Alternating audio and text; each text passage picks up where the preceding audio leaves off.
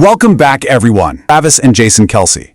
We are putting together a full explainer on everything they've been chatting about behind the mic. And I mean everything. We are talking about deep, existential, and frankly, ridiculous hypothetical questions, like who they would trade places with if they had to be another athlete for a day. We're going to get into their incredibly wild, star-studded offseason charity adventures out in Las Vegas. And then we are going to pivot all the way to some serious, historical breakdowns of the record-breaking 2024 NFL Draft. This explainer is packed with all the unfiltered, behind-the-scenes gossip and commentary you literally cannot get anywhere else. So go ahead and get comfortable, grab a snack, and let's get ready to unpack exactly what the Kelce brothers have been up to when they think no one is taking notes. So to kick things off, we absolutely have to look at how these guys interact with their massive loyal fan base, because honestly, that is always where you get the most fantastic insider nuggets. It just is. They have this segment that they hilariously introduce by claiming, and I quote, "There are no dumb questions, just dumb people." I mean, the banter is just top tier. So a listener named Blazer808, dialing all the way in from Hawaii, poses this brilliantly simple question. But it's one of those questions that completely derails the entire conversation in the absolute best way possible. The question is this: if you could trade places with any non-NFL athlete for a day, who would it be? Now, this instantly forces the brothers to reveal what they actually value in life outside the bubble of professional football. But here's the thing about the Kelce brothers. They don't just jump to a quick answer. Oh, no. They meticulously, and I mean meticulously, debate the ground rules of this fantasy scenario. Travis immediately starts spiraling, wondering if he should choose a musician, maybe an author, a politician, or some high-powered business individual. Then they even debate whether they would swap genders for the day. And honestly, both of them immediately agree they would just stay guys, openly admitting they've genuinely never once wondered what it would be like otherwise. And then it turns into this massive pop culture tangent. They start comparing the whole scenario to classic body swap movies. They're referencing Freaky Friday, they're talking about old Tom Hanks films like Big, they are even talking about wishing upon a well in a Disney movie. Finally, they have to lock in the actual rules. They actually get to choose the person, so it's not some random surprise, and per the caller's rules, it absolutely must be another athlete. Watching them apply intense logic and strict constraints to this totally absurd hypothetical situation is just pure comedy gold. It's exactly why we love this independent gossip coverage, because you get to see how their minds actually work. So once the rules are finally set in stone, their approaches to answering this single question wildly diverge. And I mean wildly. We are basically looking at a classic real-time study in contrasting personalities between these two brothers. On one hand, you have Jason. And what does Jason want? Jason desires absolute peace. He is a busy dad, he just retired, and he wants quiet. He initially suggests that if he had to pick anyone in the world, he might just choose someone that nobody even knows is alive, just total anonymity. But since the rules say it has to be an athlete, he strongly advocates for choosing a retired athlete. And his logic makes total sense. Why? Because you wouldn't have to work at all. You just get to sit back, relax, and have all the fame, all the money, and all the accolades essentially grandfathered in, without having to put your body through the grueling daily physical grind of training camps and games. They start throwing around some absolute legends of the sports world. Wayne Gretzky gets mentioned, Lionel Messi gets brought up, with Travis making a really solid point that right now is literally the best possible time to be Lionel Messi. Think about it. He's already established as the undisputed greatest football player ever globally, he's won the World Cup, and now he gets to just live in Miami and absolutely dominate in the MLS, with way less pressure. But then they start systematically ruling out the physically demanding sports. Usain Bolt, Travis completely shoots that down with zero hesitation. He says he has absolutely no desire to just be the fastest man in the world if all it actually means is sprinting really, really fast in a straight line. Unless he's actively competing in a specific Olympic event, the title alone doesn't excite him at all. Then they think about combat sports. What about being the heavyweight boxing champion of the world? Absolutely not. No way. Travis makes it crystal clear. He is not trying to get punched in the face for a living. Even if you are the best in the world, and theoretically you are the one doing most of the hitting, you are still taking hits. It's a huge nope. Basically, they want all the sweet perks of being a world-class athlete, but without the literal physical headaches that come with it. But let's be real here. If you only get 24 hours to live in another athlete's body, you really don't pick someone who's just quietly enjoying retirement in a rocking chair. And you definitely don't pick someone grinding through 2-a-day training camps. No, if you only have one day, you pick the guy who is living life in the absolute fast lane. And that is exactly where Travis lands. He looks firmly at the world of professional golf, but specifically, he zeroes in on one iconic, legendary figure. He says, and I quote, "I don't know that anybody's going to have as much fun as John Daly." And as they start unpacking this choice, Travis is practically in awe of Daly's entire lifestyle. He points out that Daly just steps up to the tee and swings a golf club like he hasn't got a single care in the world, and he basically lives his entire off-the-course life with that exact same wild, freewheeling energy. Now, Jason chimes in and jokes that he wants to completely cut this segment from the recording. Why? Because he says he desperately doesn't want to keep perpetuating this media narrative that he and Travis just like to drink beer and party all the time.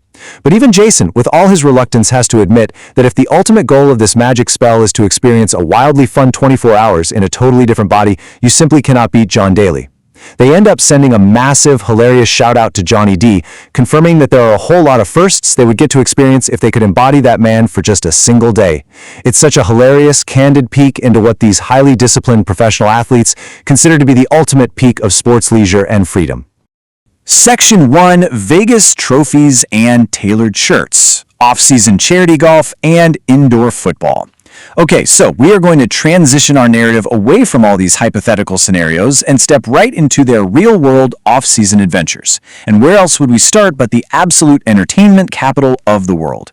So the whole reason for this massive Vegas trip in the first place was actually absolutely spectacular, and it was all for a truly fantastic cause. The brothers were out there attending the 15 and the Mahomes Foundation Gala and golf outing. Now, Travis speaks incredibly highly of what Patrick and Brittany Mahomes do for the community. He talks about their impacts both locally in Kansas City and all the way down in their hometown in Texas. He makes a huge point to note how awesome it is to see the massive amount of money they raise for kids and the universal support Patrick receives from everyone simply because of how genuinely great of a guy he is behind the scenes. And let me tell you, this wasn't just some quiet, low-key charity dinner in a hotel ballroom.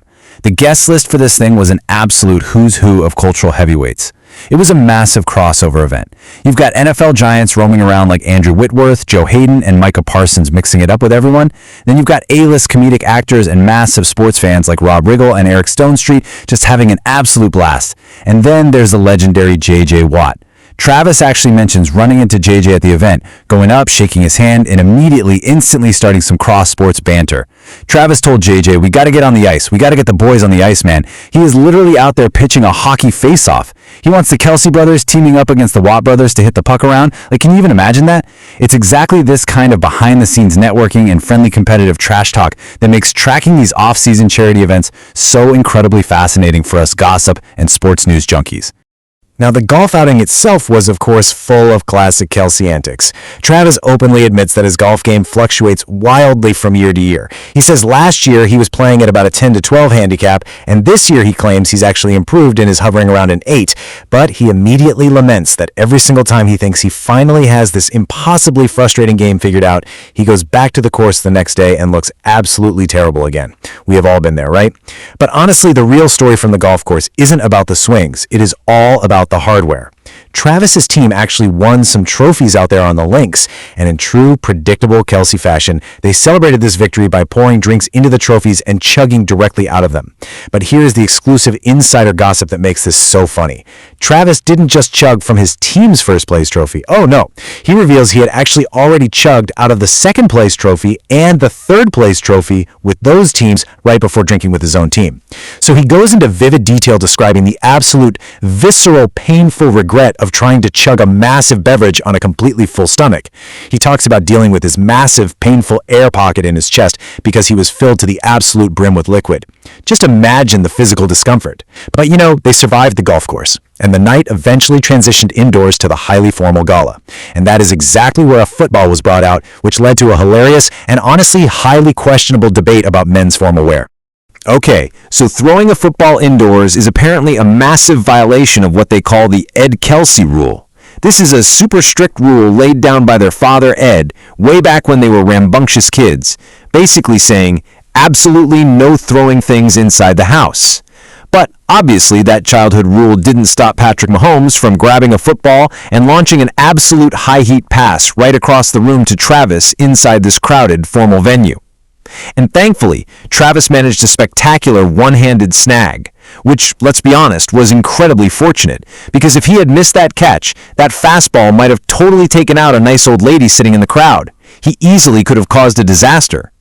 But he caught it, and this epic snag immediately prompted Travis to bring back his now famous screaming "Viva Las Vegas" chant right there in the ballroom. But the real logistical debate that came out of this whole moment on the podcast was actually about the wardrobe. Travis makes a really interesting point. He notes that it is incredibly difficult to actually throw a football with a formal dress shirt on because you physically cannot get your arm around properly to complete the throwing motion. He argues this is especially true if the shirt is perfectly custom-tailored to your body. He figures if it's just a cheap off-the-rack shirt, it might be roomy and baggy enough in the shoulders to let you throw. Well, this observation leads Jason into an absolutely hysterical, laugh-out-loud tirade about the famous Men's Warehouse slogan. You know the one, "You're gonna like the way you look, I guarantee it." Jason completely rejects the entire premise of the slogan. He argues that if you have to buy an off-the-rack shirt just so you have enough room to throw a football at a gala, you're inherently going to look incredibly baggy and terrible. He even starts questioning the legal logistics of the guarantee itself, wondering if you can actually go back to the store and return it simply because you don't like the way you look. It is just a perfect, absurd, winding Kelce brothers tangent that was born out of a near disaster at a high-end formal gala.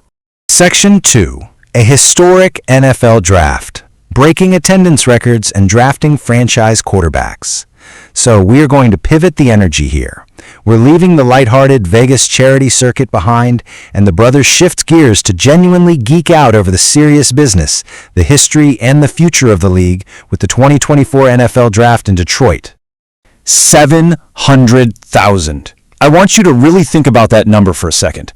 That is a jaw-dropping, mind-boggling number of fans that descended upon the city of Detroit, and by doing so, they completely shattered the NFL's all-time attendance record for the draft.